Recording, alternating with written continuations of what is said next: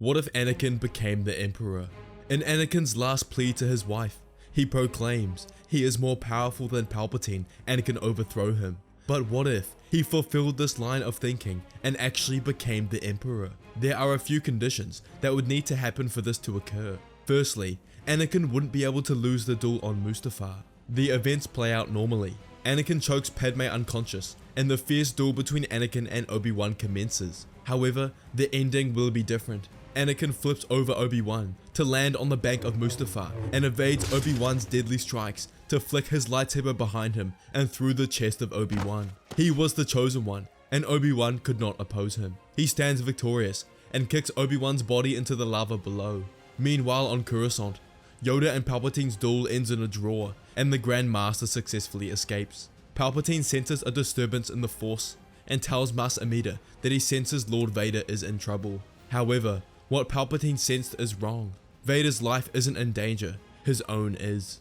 When Sidious arrives on Mustafar, accompanied by a squad of clones, he meets Anakin, who tells his master he was successful in defeating Obi-Wan. The dark side is pulsating through his veins and has consumed his entire personality. It whispers to him, tells him his master is defenseless and unsuspecting. The time to strike is now. The intrusive thoughts take over Anakin as he ignites his lightsaber through Sidious's chest. He focuses his turmoil and anger into his kyber crystal and bleeds it into a deep crimson red. He proclaims the galaxy is now his, and clones around him get on one knee, and he has control over the clone army. Anakin retrieves Padme's body, and he heads back to Coruscant. He drops her off at the medical facility and stays close. Anakin can sense the surge in his power and knows he's journeyed deep into the dark side, but he doesn't know if he can save her. He stands with his wife as she goes in and out of consciousness, telling her it's all going to be alright. But she looks up at Anakin with disgust, telling him he's completely broken her heart, that Anakin Skywalker, the man she loved, is gone. Anakin begins to shake Padme, but she takes her last breath, losing the will to live. However, the medical droids were able to retrieve the twins, Luke and Leia. Anakin stood up, hands shaking. He erupts into a burst of rage, destroying the walls around him, until he looks to his children, and feels love he didn't know possible. Padme's death may have broken him, but his children brought him back. He still has something to care for and a reason to keep moving forward. Anakin heads off to the Senate to call an emergency Senate meeting. He takes stage, proclaiming he's been victorious in destroying not only the traitorous Jedi, but also the evil Emperor Palpatine, who planned devious and destructive things for the galaxy. However, now, as his successor, Vader, he will take control over the Empire and bring order to the galaxy. He tells the Senate to wait for orders as he ensures stability in this transitory period, but vows that any senator who does not comply will face the same fate as Palpatine. Anakin meets with Mas Amida and the rest of Palpatine's loyalists and bureaucratic council. He orders them to swear loyalty to him or die, and that he'll be able to sense any hint of betrayal in their minds. They were the true powers of the galaxy, and as Emperor, it's necessary to have them by his side.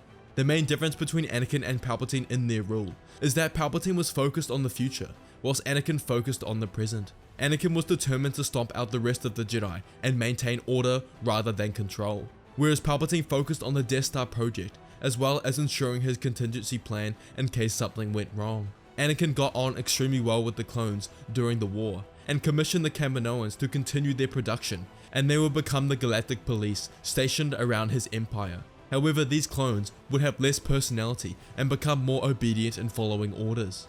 Shortly after his declaration as Emperor, a temple guard revealed to Anakin that he'd been working alongside Palpatine, but now wished to work alongside him.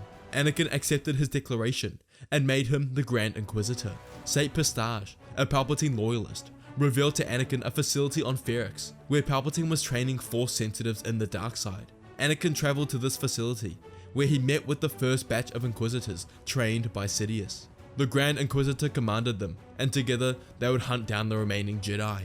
For the next 5 years, Anakin trains intensely in the dark side of the Force, as well as ensuring the control of his empire. There was difficulty with worlds complying with the Emperor's terms. However, after Anakin enforced the clones' occupation, they quickly complied with the Empire. He now controls all of the galaxy, in which the Republic and Separatists claim together, and he plans to venture further into the Outer Rim and eventually the unknown regions. Anakin's power in the Force grows exponentially during this period.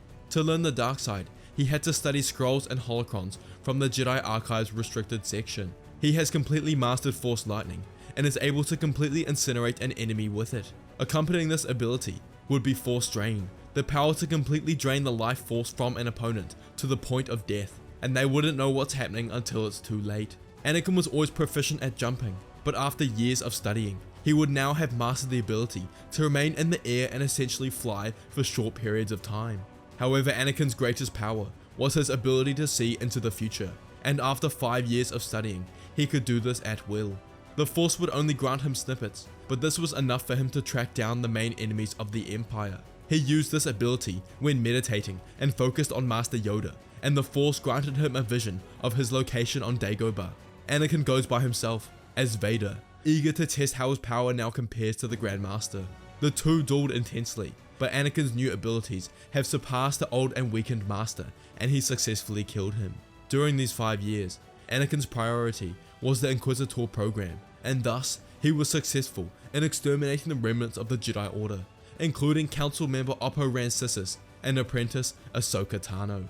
Anakin wouldn't be a complete Sith, as he would still use his Jedi training sometimes in his life, spending 80% of his time in the dark and 20% in the light. He still saw merit in the light side, as there was power in both, and power is what he desired. He trains his children, Luke and Leia, in this regard, and they grow to become powerful in the Force. In the next 15 years, Anakin really focused on establishing his empire. He has complete control and subordination of the galaxy. The Senate remains, but to hear and carry out orders from the Emperor, instead of injecting their opinions. Whatever scuffle or rebellion there was quickly stomped out by Anakin and his forces, not scared to execute top rebel leaders to show his stance on rebellion. His Imperial Navy is vast, and the strongest the galaxy has ever seen. Mas Amida, who loyally serves Anakin, as Amida essentially serves power, had told Anakin about Palpatine's plan for a Death Star.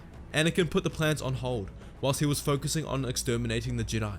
But during these 15 years, the Death Star was built and he decided to test it on his home planet Tatooine. Tatooine's destruction signified to the galaxy that opposition to Vader's empire is futile. He ventures into the Outer Rim and completely conquers it with his Imperial Navy and begins mining and gathering more resources to construct more Death Stars. During this time, Luke and Leia completed their training as Sith and had become the second and third most powerful Force users of all time, behind their father. Leia's specialty was Sith alchemy and magic, having an affinity for this devious technique. However, Luke was immensely skilled with a lightsaber, sometimes even beating his father in lightsaber-only combat. This would continue on for another 20 years. Luke and Leia would fall in love with Force users Vader raised as Sith warriors in his Inquisitorious program, and began families of his own. Galactic control was Vader's, and no one else could oppose him, and he continued to strengthen his forces, with the Inquisitorious program now full of hundreds of Sith warriors. However, 40 years after he seized control of the galaxy, was when his next opponent threatened galactic peace, the Yuuzhan Vong. The Yuuzhan Vong arrived out of hyperspace from a distant galaxy into the unknown regions, and had been studying Vader's empire for years and preparing their attack. They specialized in organic-based warfare, often altering their bodies for armor and defense. They were a race of warriors, born and bred to battle, but also immune to the Force, and because of this, Anakin couldn't use his ability to peer into the future to see them.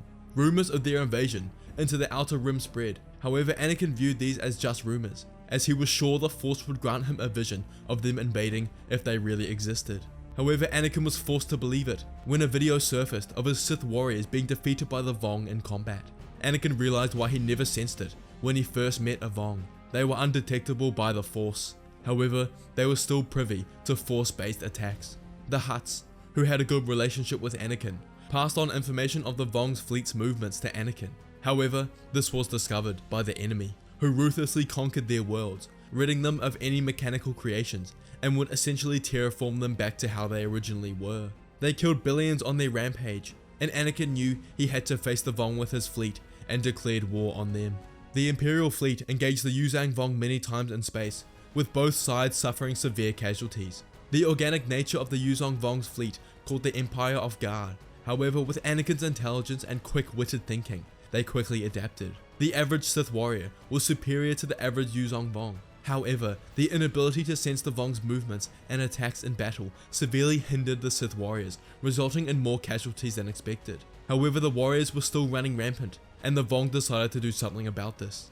They unleashed a new biological weapon, the Voxin, which were designed to hunt and kill Force sensitives. They could sense Force sensitives through the Force and had a variety of deadly abilities and tools at their disposal. This was extremely effective, and Anakin knew he had to end this war soon. The Vong would keep adapting to their strategies, so a decisive victory was necessary. Anakin had kept his 3 Death Stars hidden, and knew they were the ace up his sleeve to destroy the Vong army. The Yuuzhan Vong had already killed trillions of his people in his empire, and knew the Vong had been studying him for years, so determined, if he was to beat them, he needed to make allies they were unaware of. Anakin hadn't ventured far into the unknown regions, but had heard rumors and stories of a blue-skinned race that lived peacefully, but had vast power and resources at their disposal, but also had tactical brilliance like no other. Anakin himself travels into the unknown regions and uses the Force to guide him to the Chiss Ascendancy space. He is greeted and welcomed into the meeting chamber with the 9 aristocrat leaders and announces himself as Emperor of the Galaxy. He discusses the threat that faces his galaxy, the Yuuzhan Vong, who doesn't want to rule but conquer, and eventually after they're done with his empire, they'll come for theirs. Anakin proposes an alliance to assist them in their fight to defeat the Yuuzhan Vong, and in exchange will vow, as long as he's emperor, to never conquer Ascendancy space. The aristocratic leaders discuss and agree with Anakin's offer, and they present their expansory defense fleet at his service. The Chiss Ascendancy align themselves with Anakin's empire and begin discussing their war plan. The Chiss don't usually attack an enemy unless they're provoked. However, they see this as the only way to ensure the safety of their people, not only from the Yuuzhan Vong, but also from Vader's empire. Anakin reunites with Thrawn after many years, their most prestigious admiral, who Anakin knows will be pivotal in the upcoming battle. Anakin shares the details of his military capacity, the size of his fleet, but also reveals the existence of his Death Stars, which caught Thrawn by tremendous surprise. The Chiss have a huge fleet relative to their size, and can be instrumental in the outcome of the battle. Thrawn proposed using the Death Stars against the Vong command ship, as no doubt the supreme leader of the Vong, Omni, would be there. However, Anakin disagreed, saying this war must end with himself killing their leader, so they decided to use the Death Stars to take out the gravity field emitting ships unique to the Yuuzhan Vong, which would be close proximity to the command ship. These ships provided shields to most of their fleet by consuming the energy from cannons and other methods of attack. If they can take them out, they might be able to wipe out the fleet there and then. The Vong have taken control of the planet Sullust to rename it Yuuzhan Tar and use it as their base of operations. Their main fleet resides there, and Thrawn plans a surprise attack. They assemble a joint task force, a powerful melange of Imperial Star Destroyers, Chiss Clawcraft, and of course the Death Stars. The Imperial fleet jumped out of hyperspace, just out of Sullust's gravitational reach, and the Vong were no doubt informed. The leader, Omni, informed all ships to prepare for battle, not expecting a direct attack from Anakin. As the Vong were getting ready to face him, Thrawn, using his knowledge of the unknown regions, plotted a route that would avoid the Vong's detection until they came out of hyperspace behind their fleet. This caught Omni off guard, not expecting the Chiss to become involved in this war. However, so be it. They still didn't have the combined forces to take them out. However, what happened next turned the tide of the battle. The Imperial and Chiss fleet, on opposite sides of the battle, began advancing, but to the side, out of hyperspace, comes out the Death Stars, commanded by Luke and Leia Skywalker, who fire at the gravitational emitting ships, successfully destroying them and a large part of the Vong fleet. They imploded, sending a cascade of energy that disabled the shields protecting the Yuuzhan Vong fleet. Anakin stood at the command deck of his Imperial command ship and ordered the entire fleet to advance. He enters his Imperial TIE fighter to head for the Vong command ship. He evades blaster fire and torpedoes with the Force, guiding him to his enemy. He shoots down the closed hangar and ejects from his ship.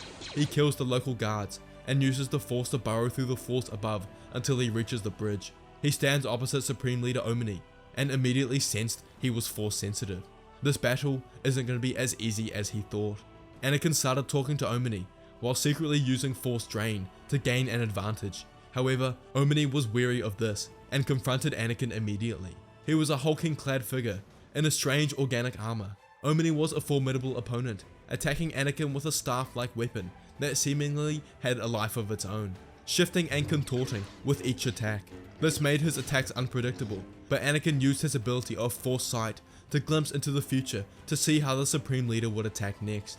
Anakin vaporized his staff using the Force and began to manipulate the midichlorians inside his organic armor, commanding them to attack their host, and they began to consume Omni's flesh, then muscle, until they reached bone, and ate the Supreme Leader Omni from the inside. Anakin disables the command ship, and Thrawn's fleet cleans up the rest of the Yuuzhan Vong. They were successful, however trillions died in the war, and Anakin would have some rebuilding to do. The Chiss and the Empire decided to maintain their alliance, and the Chiss aided in the Empire's movements into the unknown regions. They vowed to unite again when a new threat would emerge, and in time, a new enemy, after watching Anakin's Empire from afar, would reveal themselves.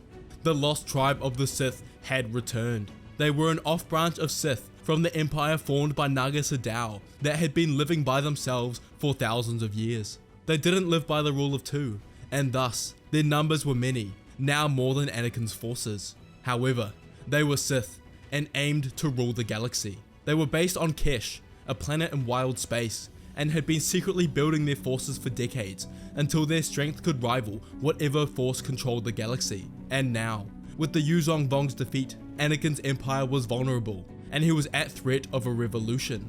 They first attacked one of Anakin's scout ships that contained 10 Sith warriors sent to occupy new planets in the unknown regions. They wanted to show their dominance and brutally murdered all of Anakin's warriors and forces. The leader of the lost tribe, Darth Talon, was present and sent a warning to Anakin that his time and power was over, that a new empire was upon them. If he was to surrender, she'd honor him with a place by her side. But of course, she knew Anakin would refuse and only wanted to enrage him. She wanted the war and thrived in it.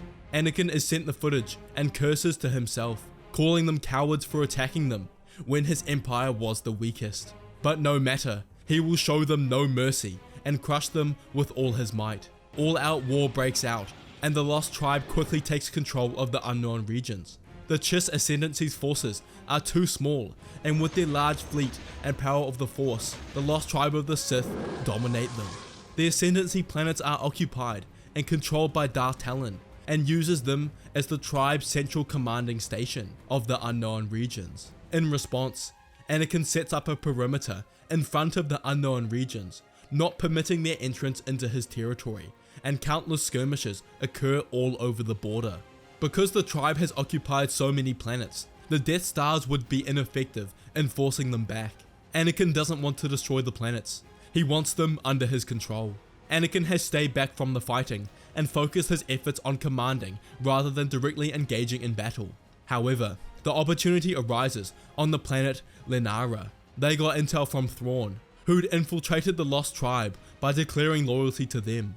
Thrawn was cunning and insanely mentally strong, so was able to pass their tests of Force Probe, and the Lost Tribe believed he was on their side. He passed information to Anakin that Darth Talon and her High Council would meet on the planet Lenara in 2 days' time to discuss their war plan. Anakin pounces on this, and in 2 days' time, he goes there with Leia and more of his Sith warriors with the goal to end the war once and for all. Anakin gets there, and their intel was right. Talon and her High Council were grounded and unaware of the impending assault. Anakin's forces land and raid their camp, and he casts a force drain over the battlefield, weakening everyone involved. Battle endures, and the crack of lightsabers clashing echoes throughout the surrounding forest. Anakin sees Darth Talon across the battlefield, and they begin running towards each other, ready to end the war here and now. But Anakin stops in his tracks as he senses a dark impending doom. Is he about to lose this fight? No, not a chance. He doesn't deem Talon strong enough to challenge him. Something's not right, and he looks to his left at Leia, engaged in a fierce battle, as a blinding white light encapsulates the battlefield momentarily and blinds everyone involved. The light subsides, and Anakin looks upon Leia, who's had her arm and a large portion of her torso chopped off, and next to her stands a monstrous looking female figure with demon sharp teeth and pearl white tendrils, but most of all, extreme power in the Force that rivals Anakin himself. Abeloth has returned. Anakin looks at Talon, and they both order all of their forces to attack Abeloth immediately. Anakin pulls Leia towards him with the Force and focuses his energy on her wounds. He retreats to his ship and watches his warriors fall one by one to the might of Abeloth. They didn't stand a chance. He successfully escapes with Leia, only barely alive, and knows he's awoken a beast that should have stayed asleep. He immediately takes Leia back to his fortress on Coruscant and has the Force healers work on her for days, and they manage to stop the blood loss and keep her alive. But she's lost a significant chunk of flesh that's been replaced with machine. Meanwhile, Anakin sets up a meeting with Talon to discuss the events that have transpired. Anakin tells her he knows who it was, Abeloth, the mother, related to the father, son, and daughter, gods of the Force. He discovered in his readings that she was imprisoned. However, the recent surge of the dark side as a result of the war must have set her free, and she plans to carry out her one and only goal, to rule the galaxy and to kill all Force users in the process. They discuss her power and come to one conclusion. The only way to stop her is to combine their forces in a temporary alliance, and they both agree. Abeloth was a mystery. She began attacking both Talon and Anakin's forces, slowly taking out chunks of their empires. Anakin attempted to track her down many times, calling on the Force and his ability to peer into the future. However, the Force always denied him this. Abeloth had the ability to take over one's body, which made finding her that much more difficult. She used this ability to infiltrate squads and governments, to seize control and kill anyone in her way. She was an unstoppable force, and Anakin needed her gone, but also envied her power and wondered if he could take it for himself. The war with Abeloth would last until they finally managed to track her movements to the planet Endor. She made a larger dent in Anakin's empire than the Yuuzhan Vong ever did, and controlled a dangerously large fleet. Talon and Anakin bring their top warriors, including Luke, to the planet, and they engage Abeloth's fleet in space. Her ships were no match for Anakin and Talon's combined forces, and her command ship was forced to land on the forest moon of Endor. They go after her and manage to surround the wreckage of her command ship, inhibiting her escape. They sense her exit and attempt to escape into the forest adjacent, but are blocked by Talon's forces, and she, alongside Anakin, rush to her position immediately. They surround Abeloth, 50 warriors to 1, as she lets out an almighty scream, which causes everyone except Anakin to fall to their knees in pain. And in this opportunity, she rushes at Anakin, but fakes him out and stabs Talon through the chest, and goes to finish off Luke. Anakin reacts just in time, and blasts her away with the Force, as the effects of her scream begin to wear off. Anakin, the commanding Sith, orders all warriors to engage immediately, except Luke, and the two watch as Abeloth effortlessly cuts them all down, one by one. But Anakin is watching and analyzing her moves, her favored attacks, and how she responds to a specific strike, detailing this and forming an attack strategy in his mind. Abeloth wastes no time after defeating the warriors and heads to Anakin and Luke. The fight is rigorous and intense, but Anakin's analysis is working, and he's reading her moves and strategy correctly. He overcomes her strength and thrusts his blade through her chest. However, she's unfazed and uses this moment of Anakin's complacency to kick Luke back against a tree, rendering him unconscious. Anakin thinks to himself, she can't be killed by lightsabers. Can she be killed? Yes, there must be a way. She's an entity of the Force. If he hits her with a blast of Force eruption, a devastating and ancient technique, stronger than has ever been produced before, it might overcome the Force that holds her together and rip her apart from the inside. It's his only option, but he only has one opportunity, as this would harness all of his strength. He has to render her immobile, but he doesn't know if it's possible. The fight continues. Anakin looks for his chance. His Force drain failed.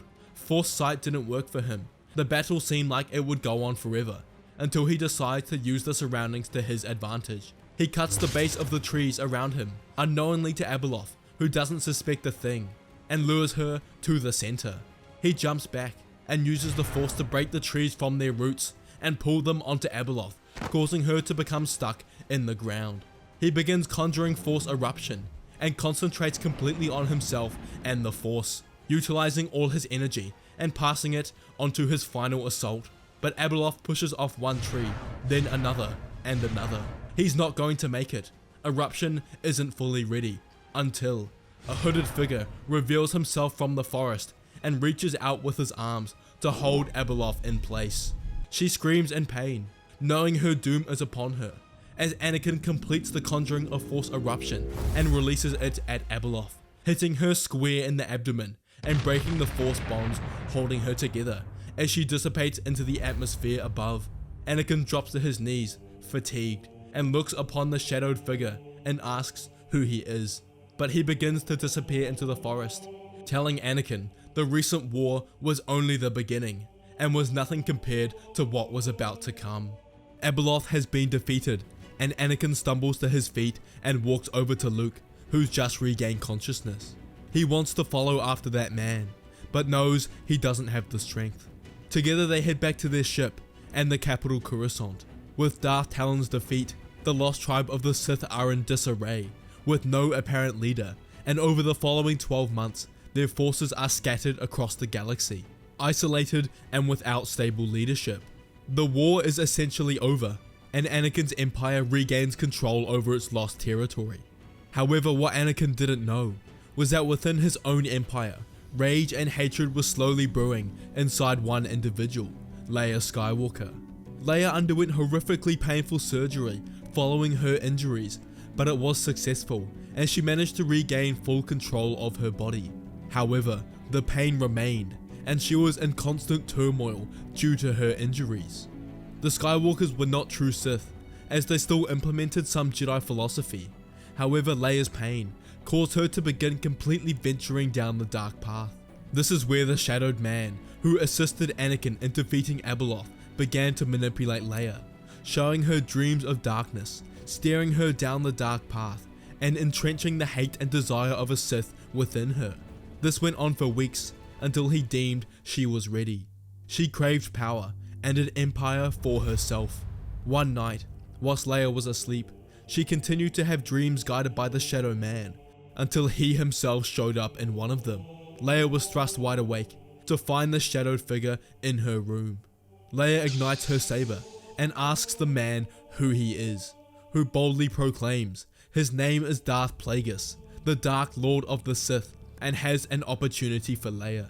He tells her he knows she's been dreaming of power, control, and having her own empire, and he can give this to her, but only if they work together can they overpower Anakin and she can claim everything for herself. She is unconvinced by his statements and throws her lightsaber towards him. However, it goes straight through. He tells Leia he is not actually there, but has projected his presence through the Force, a trick he used to fool her father. Now Leia has no doubt of his power. Projecting himself for this long and this realistic is only something her father could do. She asks for his history, and Plagueis tells her the grueling tale. Decades ago, his apprentice, Darth Sidious, whom Leia had been told about, attacked him in his sleep, frying his body with Sith lightning and choking the life out of him to death. Or so he thought. His apprentice Sidious was oblivious to the fact that he'd surpassed death, achieved the ability to manipulate his own midichlorians and bring himself back from the brink of death. His apprentice left him scarred and deformed, but alive. He focused on his hatred and strength in the Force to slowly rebuild, but he knew it would take time, maybe even decades, to restore the power he once had. He left the known galaxy and ventured to wild space, where he discovered various bands of Sith, all at war with each other, with no unifying leader. He conquered the various tribes of Sith, who were amazed at the power of this being and deemed him King of the Sith. He united the clans, shared some of his power, and built up their forces and plans for his revenge. When he returned, his apprentice Sidious had failed, overthrown by Anakin Skywalker, but this didn't change anything. He sends a small portion of his army, led by Darth Talon, to test Anakin's strength, and he now understands his full capabilities. However, he tells Leia her father and brother are too strong in the Force for him alone, and he needs her help, and together they can overthrow him. And if she does this, he can give her an empire and everything she's ever wanted. Leia stops and thinks on this. She wants all power for herself and her children. even if that means taking over her family. Plagueis might be the only way to defeat her father, and decides she will join him and pledges herself to help Plagueis. He tells her to come to them in wild space to bring her family, where they will prepare for their first assault. Leia stands in front of Plagueis' Sith Council and discusses the intricacies of Anakin's empire. This knowledge is priceless, and Plagueis comes up with their first strategy. To compete with Anakin's empire, they need a Death Star of their own. They plan their first assault on the Death Star, found outside Hutt space, and Leia leads the attack. They came out of hyperspace to Anakin's unsuspecting forces, who were heavily undermanned and quickly overthrown. They successfully reach the Death Star, and Leia travels to the data center, where she has authority to override all pre-existing commands and successfully gains control of the Death Star. The Death Star takeover is reported to Anakin, who's told there are eyewitnesses' accounts of Leia killing his troops and taking control for herself. He doesn't believe it and reaches out with the Force to witness the events for himself. How could she do this? Why? He activates his hologram to connect with Leia and sees her standing menacingly, eyes a deep yellow and the dark side leeching off her. Anakin asks what the meaning of this is when Plagueis steps in the frame, telling Anakin she's chosen the correct path. Anakin knows who this is instantly. He senses the same presence as the shadow man on the moon of Endor. He asks his name and whether this is what he meant by Talon's war was only just the beginning.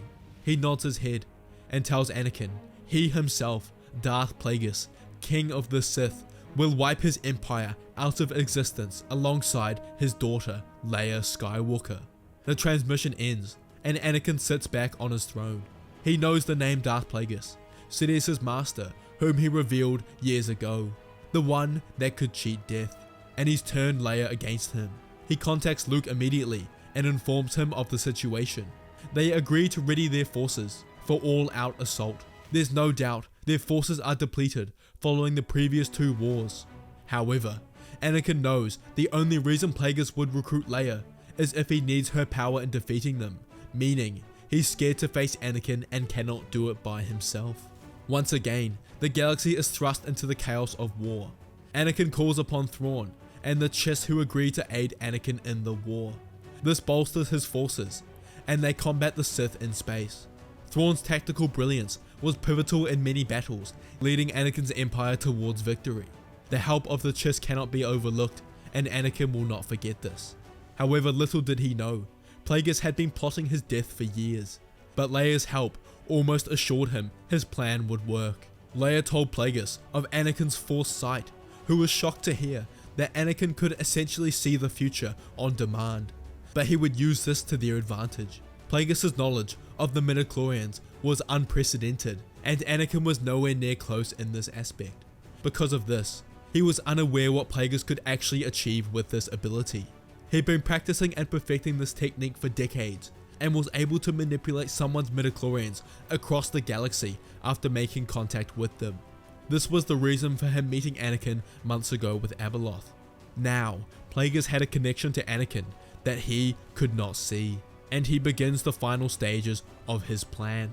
He begins manipulating the midichlorians in Anakin's mind to show him images of a false ending to the conflict on the Glavis Ringworld space station. He showed him visions of Anakin killing Plagueis and his council, but then also bringing Leia back to his side. However, this was a false truth planted by Plagueis, but Anakin was unsuspecting and believed this to be a result of foresight and thought the future was set in stone. After Anakin saw this, he became more confident in battle, thinking his empire's victory was assured and inevitable. Plagueis continued to manipulate Anakin's midichlorians, and this had the desired effect. When Anakin was told that Plagueis' forces were moving towards Glavis Ringworld Station, he grew joyous and hopeful that the end of the war was near. Plagueis' forces successfully overtook the space station, and Anakin assembled his entire council alongside Luke to face them. He knew Plagueis was on board with Leia and his own council, but this battle would be the end of the war with his victory, or so he thought. He enters the station and heads towards the command center, an open room where he can sense his daughter, Plagueis, and his council inside. Luke leads the squad, followed by the Council and Anakin's looming presence behind them. Luke destroys their outer wall to reveal their enemies inside and sees Plagueis and Leia staring back at them. They continue to walk forward towards them, and Anakin is confident he cannot stop smiling. Victory is his until he stops in his tracks. Luke and his Council turn back to look at him, but Anakin cannot move in further. An invisible shield is keeping him out. He continues to press against it, using the Force, but is unsuccessful. Luke comes next to him and finds he cannot leave, no matter how much force he puts into it. Anakin is trapped outside, but Luke and the Council are trapped inside. They both turn to Plagueis, who is in hysterics. He explains what's happening, who points to the Force priestesses in the back of the room, who are chanting in an ancient Sith language. They have conjured a veil around the room with one purpose: to keep everyone in and Anakin out alone. He tells Anakin he'll have to watch as he decimates his elite forces and his own son Luke from the galaxy. The fight begins and both sides clash. Anakin's Council is filled with extremely strong Force users, but they've met their match on Plagueis' side. Anakin is forced to watch as his Council members are chopped down one by one, but his greatest pain comes from witnessing Leia attack Luke with a murderous intent. He watches as Plagueis coaches Leia through the battle, building up her rage and hatred and elevating her power. He can tell they've trained for this and focused on Luke's weaknesses. Anakin trained his son himself and is hopeful he'll succeed until he senses it in the Force. Luke's left an opening and Leia capitalizes, thrusting her blade through Luke's abdomen and into his chest as he collapses to the floor lifeless. Plagueis looks joyous as Leia stands over her brother victorious, as she looks down to see a red lightsaber piercing her own chest as she also falls to the ground lifeless, and Plagueis stands behind her, lightsaber drawn and ready for the upcoming onslaught. Plagueis had killed Leia. He knew defeating Anakin in combat would be no easy task, and thus he had to set Anakin off emotionally to get him off balance, and knew this could only be done through the death of both of his children. Anakin's eyes grow wide in shock. How could this happen? Both of them dead. The memory of his wife, Padme, gone. He doesn't feel sadness, but blood-boiling rage towards one man, Plagueis. He puts his hand on the veil and concentrates all his Force energy onto it, vibrating it and hits it with a bolt of Force lightning, cracking it like glass, and wastes no time in attacking Plagueis. The duel between them is majestic, and the level of skill in the Force displayed is glorious. To an outsider, all they'd see are blurs and clashes of light, but there had to be a victor. They both propelled themselves to levels they didn't think possible, harnessing every inch of the Force they had. But Anakin had something Plagueis did not. He was the chosen one, and the Force itself backed him. He began advancing on Plagueis and called for the Force's help directly, as he does when using Force Sight. No other Force user could do this, but Anakin alone. He commands them to help him directly, this time, and lend him their true strength, rather than just a snippet. Anakin feels a surge in power, as he feels the Force grant him this. He begins to float, and emit a golden glow, as Anakin is channeling the Force in its purest form. Plagueis stands there, stunned, as Anakin no longer looked like a mere man, but a god, and knows his time is coming to an end. Anakin advances, and Plagueis cannot keep up with his newfound power, and falls to the blade of the Chosen One, Anakin Skywalker. He rushes over to his children, but cannot sense any life in them. Tears begin to trickle down his face. How could he let this happen? But he still has hope yet. He places one hand each on Luke and Leia, and channels the pure Force energy still within him. He uses this power to transfer his life essence from himself to Luke and Leia, and manages to reignite the spark of life within them. He smiles as they regain consciousness and begin to sit up. Leia begins to apologize profusely to both Anakin and Luke, as she begins crying herself, asking how she could be manipulated so easily. Her father taught her better than that. But Anakin pulls them close together and tells them no matter what to never forget they are Skywalkers and Skywalkers first. Nothing else matters, and to always stay together.